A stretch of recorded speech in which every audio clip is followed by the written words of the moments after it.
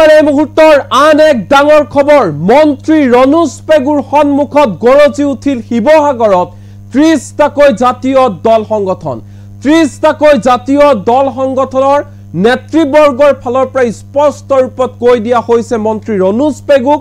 যেতিয়ালৈকে খিলঞ্জীয়াৰ অধিকাৰ সুৰক্ষিত নহয় তেতিয়ালৈকে সংগ্ৰাম চলি থাকিব সমান্তৰালকৈ শিৱসাগৰত যি ধৰণৰ প্ৰতিবাদ হৈছে আন্দোলন হৈছে বহিৰাগতক লৈ তাক লৈ মন্তব্য প্ৰকাশ কৰি 30টাকৈ জাতীয় দল সংগঠনৰ নেতৃবৰ্গৰ ফালৰ পৰা কোৱা হৈছে বহিৰাগত সমাজে তামুল পান লৈ অসমীয়া সমাজৰ আগত নিজৰ ভুলৰ বাবে ক্ষমা খুজিবই লাগিব এনে ধৰণে হুংকাৰ প্ৰদান কৰিছে 30টাকৈ জাতীয় দল সংগঠনৰ নেতৃত্বই এই মুহূৰ্তত জনাই আছো এই গুৰুত্বপূৰ্ণ খবৰ শিৱসাগৰত 30টাকৈ জাতীয় দল সংগঠনৰ হৈতে আলোচনাত মিলিত হল শিৱসাগৰৰ অভিভাৱক মন্ত্ৰী ৰনোজ পেগু খিলঞ্জীয়াৰ প্ৰতিবাদ সন্দৰ্ভত আলোচনাত মিলিত হল অভিভাৱক মন্ত্ৰী ৰনোজ পেগু অভিভাৱক মন্ত্ৰী ৰনোজ পেগুৰ ওচৰত নিজৰ মতামত ৰাখিলে জাতীয় দল সংগঠনৰ নেতৃবৰ্গ 24 ঘণ্টাৰ ভিতৰত কালপিত অজয় লাহটিক গ্ৰেপ্তাৰ কৰিব লাগিব বহিৰাগত সমাজে তামুল পান লৈ অসমীয়া সমাজৰ ওচৰত ক্ষমা খুজিব লাগিব স্বাভিমান ৰাখক সমাজ ডাঙৰ বস্তু জাতি ডাঙৰ বস্তু কিন্তু ৰাজনীতি বহুত তলৰ বস্তু এনে ধৰণে উদাত্ত ভাষণ প্ৰদান কৰা দেখা পোৱা গ'ল শৃংখল চলিহাৰ খিলঞ্জীয়া মানুহৰ সুৰক্ষা নিশ্চিত নকৰালৈকে সংগ্ৰাম চলি থাকিব খিলঞ্জীয়াক ভূমি অধিকাৰ দিব লাগিব ভূমি অধিকাৰৰ ক্ষেত্ৰত কোনো ধৰণৰ কম্প্ৰমাইজ তথা আপোচ কৰা নহব শিৱসাগৰ তিনিচুকীয়া গোলাঘাট যোৰহাট ডিব্ৰুগড় জিলাত খিলঞ্জীয়াৰ অধিকাৰ অন্তৰ্ভুক্ত কৰিব লাগিব আৰু খিলঞ্জীয়াক অধিকাৰ দিবই লাগিব প্ৰতিখন ব্যৱসায়িক প্ৰতিষ্ঠানতে 90% থলুৱা নিবনুৱা যুৱক যুৱতীক নিযুক্তি দিব লাগিব এই দাবীও ৰাখিছে 30টাকৈ জাতীয় দল সংগঠনে সমান্তৰালকৈ তেওঁলোকৰ দাবী প্ৰতিখন ব্যৱসায়িক প্ৰতিষ্ঠানতে অসমীয়া ভাষাৰ ফলক থাকিব লাগিব শিৱসাগৰ মাৰুৱাৰী পত্ৰীৰ নাম সলনি কৰি জ্যোতিপ্ৰসাদ আগৰৱালাৰ নামেৰে নামাকৰণ কৰিব লাগিব এই দাবীও জনাইছে 30টাকৈ জাতীয় দল সংগঠনে শিৱসাগৰত মাৰুৱাৰী পত্ৰী বিহাৰী পত্ৰী এইবোৰ থাকিব নোৱাৰিব কেৱল মাত্ৰ খিলঞ্জীয়াৰ দপদপনি থাকিব খিলঞ্জীয়া দপদপাই থাকিব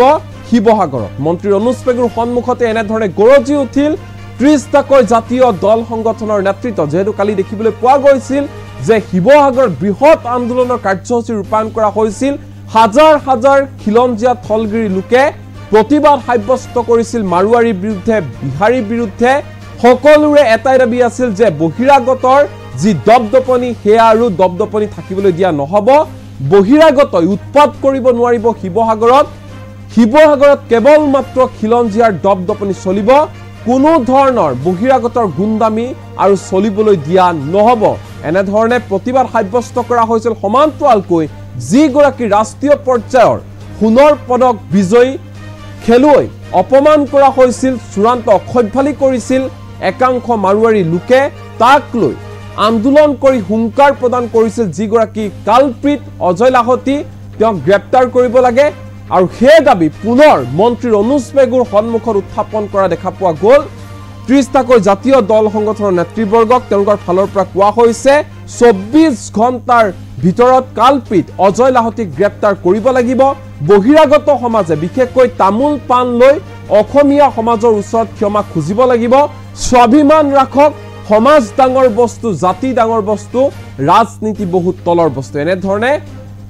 গৰজি উঠিছে 30টাকৈ জাতীয় দল সংগঠন পলম নকৰো শুনো আহক অভিভাৱক মন্ত্ৰী ৰনোজ পেগুৰ সন্মুখত কোন গৰাকী নেতাই কি কৈছে মন্ত্ৰী ৰনোজ পেগু ডাঙৰীয়া ইয়াৰ উপস্থিত উপায়ুক্ত মহোদয় ইয়াৰ উপস্থিত আমাৰ আৰক্ষী অধীক্ষক ডাঙৰীয়া আৰু ইয়াৰ উপস্থিত মোৰ ককাইদেউ মহোদয় ইয়াৰ উপস্থিত আমাৰ আৰক্ষী অধীক্ষক ডাঙৰীয়া আৰু ইয়াৰ উপস্থিত মোৰ ককাইদেউ মহিৰ বৰগোহাঁই ডাঙৰীয়া আৰু উপস্থিত খিলঞ্জীয়া থলগিৰি জনগণ সকলোকে পোনপ্ৰথমে বৈপ্লৱিক অভিনন্দন এতিয়া কথাবিলাক খুব আমি খোলাখুলিকে ছাৰ আপোনাৰ আগত ক'ব লাগিব শিৱসাগৰত 2017 চনৰ পৰা আমাৰ ওপৰত আক্ৰমণ হৈ আছে 17 চনৰ পৰা আজি 24 চনলৈকে প্ৰায় 12টা 14টামান আক্ৰমণ হৈছে আৰু এবাৰ প্ৰথম জেললৈ গৈছে প্ৰত্যেকবাৰে আজি মই মন্ত্ৰী মহোদয়ক এটা প্ৰশ্ন কৰিছো প্ৰত্যেকবাৰে অনা অসমীয়া শ্ৰেণীটোৱে আমাক প্ৰহাৰ কৰি থানাত লাঞ্চ আৰু চিংৰা খাই কেনেকৈ জামিন পায় আপুনি সেইটো কথা আমাক ক'ব লাগিব এইটো আমাৰ ওপৰত অন্যায় হৈছে সেইকাৰণে শিৱসাগৰ মানুহ ক্ষোভিত হৈছে আজি ইয়াত আয়ুক্ত মহোদয় আছে কিবা এটা ঘটনা হলে আপোনালোকে দণ্ডাধীশ পৰ্যায়ৰ তদন্ত দিয়ে কিন্তু সেই ছোৱালীজনীৰ ক্ষেত্ৰত কিয় দণ্ডাধীশ পৰ্যায়ৰ তদন্ত দিয়া নহল আমাৰ তাত প্ৰশ্ন আপোনালোকে ৰাতিৰ ভিতৰত NSA লগাই আমাক 3 মাহ জেলত ভৰাব পাৰে কিন্তু সেই মানুহকেইজনৰ ওপৰত দণ্ডাধীশ পৰ্যায়ৰ কিয় এটা তদন্ত ঘোষণা কৰা নহলে আৰু প্ৰশাসনৰ মানুহ কিয় তাত গৈ ছোৱালীজনীৰ ওচৰলৈ এবাৰ যাব লাগিছিলে আৰু এটা কথা মই স্পষ্টকৈ কৈছো যেতিয়া ছোৱালীজনীক ছাৰ মাৰিছে ছোৱালীজনীক যেতিয়া মাৰিছে ছোৱালীজনীৰ বিৰুদ্ধে গৈ পেলাই এজাহাৰ দিছে যিকেইটা মানুহে মাৰিছে আৰু সেই এজাহাৰখন উঠাব লাগিব সেই এজাহাৰ অসম চৰকাৰে উঠাব লাগিব এইটো আমাৰ দাবী আছে বাৰে বাৰে আমাৰ থলগিৰি খিলঞ্জীয়া মানুহখিনিয়ে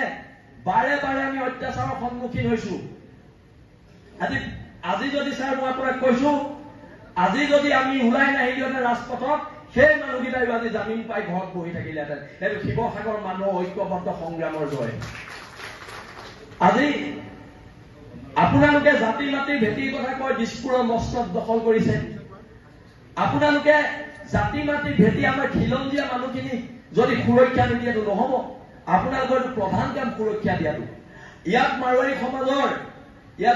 সমাজৰ মানুহ বহি আছে আপোনালোকে কওক কোন দিনা কোনোবা সংগঠনৰ মানুহে আপোনালোকৰ লগত অভদ্ৰামী ব্যৱহাৰ কৰিছে আপোনালোকৰ বিপদত বসন্ত দাই কৈ গ'ল সৰিতা তস্তিবাল মাৰোৱাৰী সম্প্ৰদায়ৰ ছোৱালী আছিলে বসন্ত গগৈহঁতৰ নেতৃত্বত তেতিয়া আন্দোলন হৈছিলে এজন মাৰোৱাৰী মানুহে দোকানৰ ছাতাৰখন মাৰি সৰিতা তস্তিবালৰ কাৰণে ওলাই নাহিলে কিন্তু এজন মানুহ আপোনালোক ওলাই নাহিলে আপোনালোকৰ জাতিত কিয় আপোনালোকে ব্যৱসায় ডাঙৰ বুলি ভাবিলে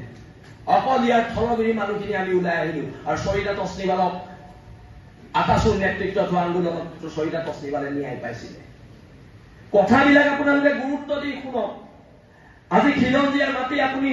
হাইৱে কিনাৰ যাওক আমাৰ মাটি নাই চব কিনি লৈছে বহিৰাগত মানুহে আমি ক'ত থাকিম আমাৰ ভৱিষ্যত প্ৰজন্ম ক'ত থাকিব আমাক মাটিৰ ওপৰত অধিকাৰ লাগিব আজি ইয়াত মাৰোৱাৰী সম্প্ৰদায়ৰ মানুহ আছে আমি ৱেলকাম জনাইছো অহাৰ বাবে আপোনালোকৰ যিবোৰ প্ৰতিষ্ঠান আছে 80% মানুহ আমাৰ খিলঞ্জীয়া মানুহ আপোনালোকে নিয়োগ কৰিব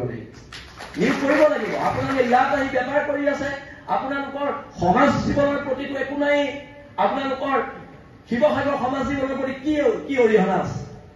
একো অৰিহণা নাই আপোনালোকৰ খিলঞ্জীয়া মানুহখিনি দিব লাগিব চাকৰি কালি প্ৰতিবাদ হৈছে হাজাৰ মানুহ কোনোবাই আপোনালোকক কিবা এটা বেয়াকে কৈছে নেকি এইটো আমাৰ সহনশীলতা কিন্তু আমাৰ সহনশীলতাটো আপোনালোকে আমাক দুৰ্বলতা বুলি নাভাবিব আমাৰ সৰলতাটো আপোনালোকে দুৰ্বলতা বুলি নাভাবিব আপোনালোকে যে ইয়াত বেপাৰ কৰি আছে কেলে বেপাৰ কৰি থাকিব পাৰিছে জানে অসমীয়া মানুহ অতিথিপৰায়ণ অসমীয়া মানুহ সহজ অসমীয়া মানুহ সৰল সেইকাৰণে পাৰিছে কিন্তু আমাৰ সৰলতাটোক আপোনালোকে আমি ভয়াটো বুলি নাভাবিব এতিয়া ৰজস্পেকো ডাঙৰীয়া আছে কালি মোৰ এগেইনষ্টত এজন মানুহে গুৱাহাটীত কেছ দিলে তেওঁ আপোনালোকে মানুহ আপোনালোক ওলাই নাহিলে আপোনালোকৰ জাতিত কিয় আপোনালোকে ব্যৱসায় ডাঙৰ বুলি ভাবিলে অকল ইয়াৰ থলগিৰি মানুহখিনি আমি ওলাই আহিলো আৰু সৰিতা তস্তিবালক আকাশুৰ নেতৃত্বত হোৱা আন্দোলনত সৰিতা তস্তিবালে ন্যায় পাইছিলে কথাবিলাক আপোনালোকে গুৰুত্ব দি শুনক আজি খিলঞ্জীয়াৰ মাটি আপুনি হাইৱে কিনাৰ যাওক আমাৰ মাটি নাই চব কিনি লৈছে বহিৰাগত মানুহে আমি ক'ত থাকিম আমাৰ ভৱিষ্যত প্ৰজন্ম ক'ত থাকিব আমাক মাটিৰ ওপৰত অধিকাৰ লাগিব আজি ইয়াত মাৰোৱাৰী সম্প্ৰদায়ৰ মানুহ আছে আমি ৱেলকাম জনাইছো অহাৰ বাবে আপোনালোকৰ যিবোৰ প্ৰতিষ্ঠান আছে 80% মানুহ আমাৰ খিলঞ্জীয়া মানুহ আপোনালোকে নিয়োগ কৰিব লাগিব আপোনালোকে ইয়াত আহি বেপাৰ কৰি আছে আপোনালোকৰ সমাজ জীৱনৰ প্ৰতিটো একো নাই আপোনালোকৰ শিৱসাগৰ সমাজ জীৱনৰ প্ৰতি কি অৰিহণা আছে একো অৰিহণা নাই আপোনালোকে খিলঞ্জীয়া মানুহখিনিক দিব লাগিব চাকৰি কালি প্ৰতিবাদ হৈছে হাজাৰ মানুহ কোনোবাই আপোনালোকক কিবা এটা বেয়াকে কৈছে নেকি এইটো আমাৰ সহনশীলতা কিন্তু আমাৰ সহনশীলতাটো আপোনালোকে আমাক দুৰ্বলতা বুলি নাভাবিব আমাৰ সৰলতাটো আপোনালোকে দুৰ্বলতা বুলি নাভাবিব আপোনালোকে যে ইয়াত বেপাৰ কৰি আছে কেলে বেপাৰ কৰি থাকিব পাৰিছে জানে অসমীয়া মানুহ অতিথি পৰায়ণ অসমীয়া মানুহ সহজ অসমীয়া মানুহ সৰল সেইকাৰণে পাৰিছে কিন্তু আমাৰ সৰলতাটোক আপোনালোকে আমাক ভয়াটো বুলি নাভাবিব এতিয়া ৰমেশ পেগু ডাঙৰীয়া আছে কালি মোৰ এগেইনষ্টত এজন মানুহে গুৱাহাটীত কেছ দিলে তেওঁ আপোনালোকে দুটা পিএছও দি দিলে এতিয়া মোৰ এগেইনষ্টত যে কেছবোৰ দি আছে মোৰ পিএছও কেইটা ক'ত মই ৰমেশ পেগু ডাঙৰীয়াক প্ৰশ্ন কৰিছোঁ আইনখন সকলোৰ কাৰণে সমান হ'ব লাগিব আপোনালোকে বহিৰাগত মানুহ এটাক ধমকি লগোৱাৰ কাৰণে দুটা পিএছও দি দিলে মোক সব জেগাৰ পৰা মাৰিম কেছ দি আছে আপোনালোকে মোৰ পিএছও কেইটা নাই এইটো নহ'ব নিৰাপত্তা মোকো দিব লাগিব হয় নহয় মই খিলঞ্জীয়া ভূমিপুত্ৰ মানুহ মোকো নিৰাপত্তা দিব লাগিব আপোনালোকে যদি ৰাজস্থানৰ মানুহজনক নিৰাপত্তা দিছে আৰে ভাই মোক নিৰাপত্তা লাগিব ৰমেশ পেগু ডাঙৰীয়া মোৰ অধিকাৰ হয় এইটো আপোনালোকে এতিয়া মই এটা সৰু প্ৰশ্ন কৰোঁ মই যদি ৰাজস্থানত গৈ এজন ৰাজস্থানী মানুহৰ বিৰুদ্ধে এফআইআৰ দিওঁ মোক ৰাজস্থান চৰকাৰে দুটা পিএছও দি পঠিয়াব নেকি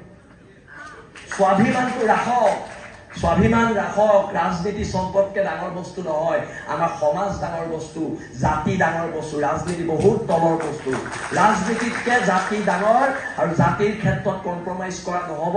আৰু এতিয়া জিপি সিং ডাঙৰীয়ালেও প্ৰশ্ন আছে যে আমাৰ নিৰাপত্তাবোৰ কি হ'ব আৰু তেন্তে এতিয়া দেখোন সব যদি অনা অসমীয়া মানে মোৰ এগেইনষ্টত কেছ দি দুটা পিএছও পাই থাকে অসমত আমাক নিৰাপত্তা দিবলৈ পুলিচে নাইকিয়া হ'ব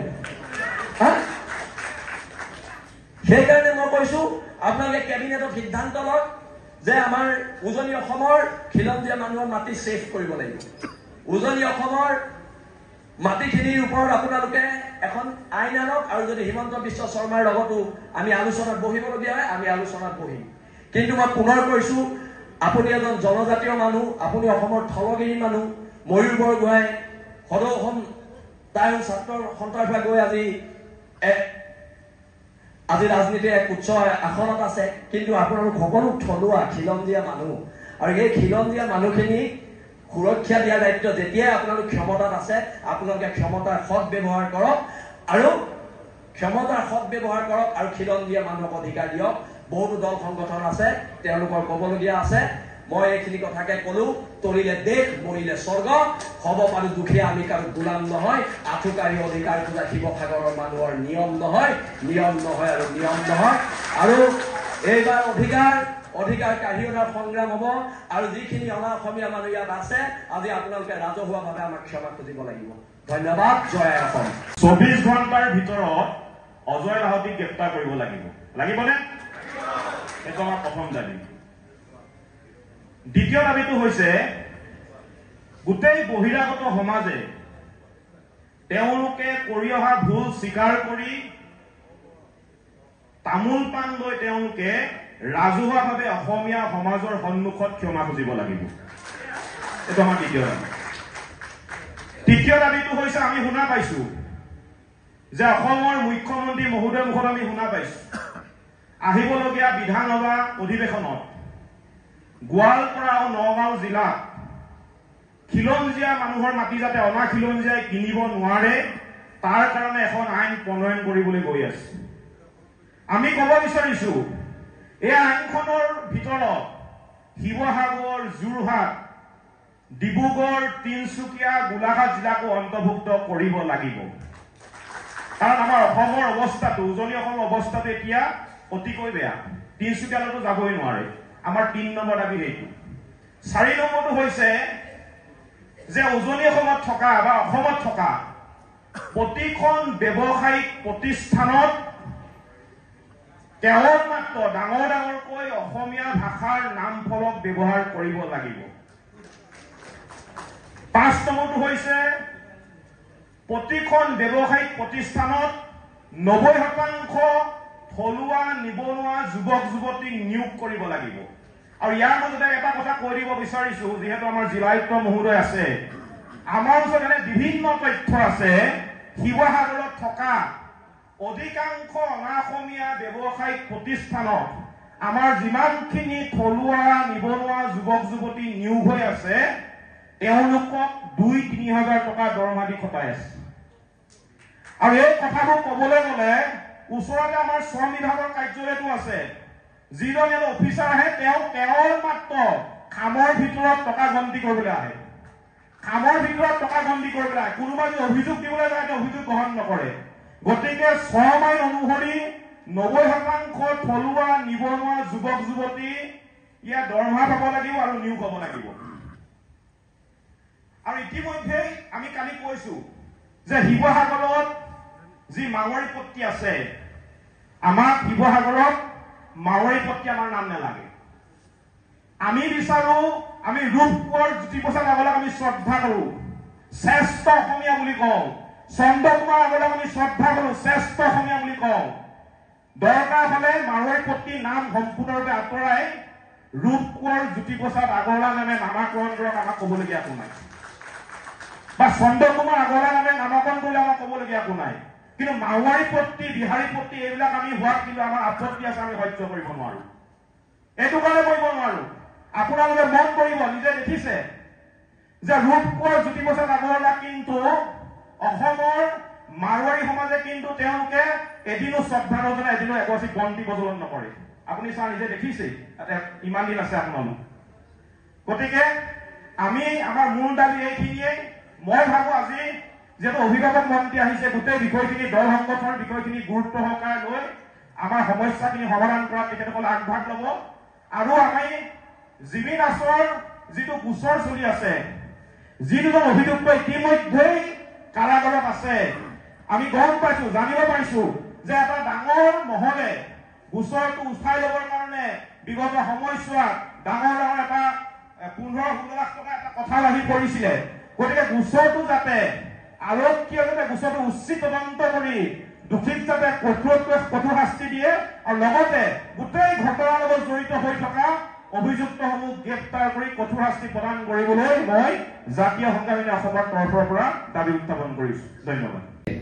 যেতিয়া তেখেতৰ বস্ত্ৰ হৰণ কৰিলে তেতিয়া ৰাইজ ক্ষোভিত হ'ল, তেতিয়া ৰাইজ উদ্বিগ্ন হ'ল। আৰু শিৱসাগৰীয়া ৰাইজে এটা কথা বুজি পালে যে এইখন শান্তিৰ সম্প্ৰীতিৰ পীঠস্থলী এখন শিৱসাগৰত যে অসমীয়াৰ অস্তিত্ব কোন দিশে গতি কৰিছে, যে অসমীয়াৰ অস্তিত্ব যে শিৱসাগৰত বিপদাপন্ন হৈছে, এই কথা থলগিৰি জনতাই বুজি পালে। আৰু সকলোৱে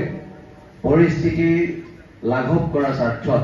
সম্প্ৰীতি আৰু শান্তি অটুট ৰখাৰ স্বাৰ্থত যাতে কোনো ধৰণৰ বৈষম্যমূলক কথা বতৰাই শিৱসাগৰত অৰাজক পৰিস্থিতিৰ সৃষ্টি নকৰে, ল এণ্ড অৰ্ডাৰ পৰিস্থিতিৰ সৃষ্টি নকৰে, তাৰ কথা আগত ৰাখি যোৱা 16 তাৰিখে শিৱসাগৰৰ সকলো জাতীয় জনগোষ্ঠী সংগঠনৰ নেতৃবৃন্দ একেলগ হৈ এখন সভা আমি আয়োজন কৰিছিলো। এই সভাখনত শিৱসাগৰৰ প্ৰতিজনে ব্যৱসায়ীক এখন লেটাৰ দিয়া হৈছে। উদ্দেশ্য আছিল যে পৰিস্থিতি বেয়াৰ ফালে যোৱাৰ আগতেই আপোনালোক আমাৰ মাজলৈ আহক, আমি এটা সৌহাৰ্দ্যপূৰ্ণ আলোচনাৰ মাজেৰে আমি কথাখিনি আমি ইমানতে সমাপ্ত কৰিব বিচাৰিছো। কিন্তু দুৰ্ভাগ্যৰ কথা যে তেখেতলোকৰ মুষ্টিমেয় 4জন মানুহৰ বাদে শিৱসাগৰৰ 80% ব্যৱসায়িক প্ৰতিষ্ঠানৰ গৰাকী এজনেও গৈ আমাৰ লগত আলোচনাত মিলিত নহল। আৰু সিদিনাই এটা সিদ্ধান্ত লোৱা হ'ল, দ্বিতীয় এটা সিদ্ধান্ত যে আমি কলো যে অনাগত 24 ঘণ্টাৰ ভিতৰত যদি এই দুষ্ট প্ৰকৃতিৰ মানুহকেইজনে আৰু ব্যৱসায়িক গোষ্ঠীয়ে যদি অসমৰ থলগিৰি জনতাৰ ওচৰত ক্ষমা প্ৰাৰ্থী নহয়, তেখেতলোকে কৰা ভুলৰ কাৰণে যদি এপলজি নোখোজে, তেতিয়াহ'লে আমি এটা কঠোৰৰ পৰা কঠোৰতম সিদ্ধান্ত ল'বলৈ আমি বাধ্য হ'ম। 24 ঘণ্টা উকলি গ'ল দাদা। তেওঁলোকৰ কমিউনিটিৰ এজনো মানুহে আমাৰ লগত যোগাযোগ নকৰিলে আৰু বৰঞ্চ তেখেতলোকে নীৰৱতা অৱলম্বন কৰিলে। সেইকাৰণে শিৱসাগৰ ৰাইজ ক্ষুণ্ণ হ'ল আৰু আমি 19 তাৰিখৰ দিনা এটা প্ৰতিবাদী কাৰ্যসূচী আমি হাতত ল'লো। আৰু এই প্ৰতিবাদী কাৰ্যসূচী কোনো দল সংগঠনৰ নেতৃত্ব লোৱা কাৰ্যসূচী নহয়। শিৱসাগৰ অসম আৰু অসমীয়াক ভাল পোৱা স্বাভিমানী থলগিৰি জনতা আপোনা আপুনি ৰাজপথলৈ ওলাই আহিছে। বহু মানুহক আমি ঘূৰাই পঠাইছো, কাৰণ শিৱসাগৰখন আমি বেছি উত্তপ্ত কৰিব বিচৰা নাই, ল এণ্ড অৰ্ডাৰ পৰিস্থিতি সৃষ্টি কৰিব বিচৰা নাই, সেইকাৰণে আমি বহু মানুহক ঘূৰাই পঠাইছো। কালি হাজাৰ হাজাৰ মানুহে ৰাজপথত আন্দোলন কৰাৰ পাছতো এটাও টু শব্দ কোনো এজন ব্যৱসায়িক,